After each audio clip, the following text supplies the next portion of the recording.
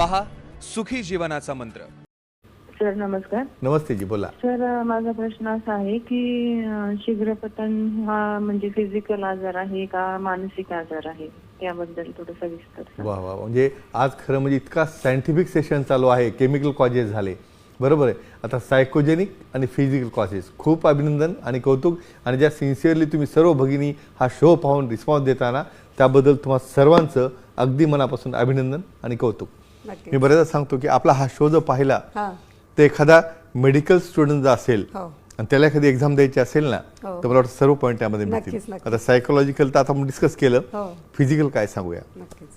कधीही शीघ्रपतन असं एकटं येत नसतं। सायकोजेनिक कॉज आहे सांगितलं, काही डिस्टर्बन्सेस आहेत। फिजिकल कॉजेस काय की बऱ्याच जणांना त्या ठिकाणी कठोरताच येत नाही, इरेक्शनच होत नाही, मग त्याला डायबिटीज असो, ब्लड प्रेशर असो। आजची हिस्टोरी जी पाहिली ना आपण, म्हणजे 100% तुम्हाला 30-35मध्ये डायबिटीज झाला की माझा आता कार्यभाग संपला, आता मी काही परफॉर्म करू शकत नाही, मला BP झाला, पुन्हा डिप्रेस होणार, पुन्हा हार्मोन्स डाऊन। तर अशा पद्धतीने जे कॉजेस ॲडिशनल आहेत, लिंगाकडचा फ्लो गेलेला असतो, त्या ठिकाणी कठोरता येत नाही। विचार करा, त्या ठिकाणी तुम्हाला कठोरताच आली नाही, इरेक्शनच झालं नाही, तर परफॉर्मन्स तर खूप लांब राहिलं। म्हणजे अशा प्रकारच्या फिजिकल कॉजेसमुळं त्या ठिकाणी बऱ्याचदा ठिकाणी एक परफॉर्मन्स कमीत कमी डाऊन होत जातो, एक अँझायटी तयार होते, पार्टनरमध्ये अनबन व्हायला सुरू होते।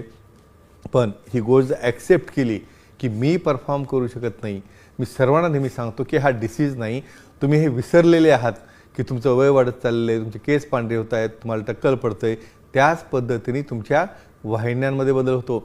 एक महत्त्वाचं साईन सांगतो, हृदयाची वाहिनी ब्लॉक होण्याच्या अगोदर लिंगाची वाहिनी ब्लॉक होते आणि कमजोरी येणं किंवा त्या ठिकाणी शिथिलता येणं हे पहिलं साईन असतं की तुमच्या हृदयामध्ये ब्लॉक व्हायला सुरू झालेलं आहे।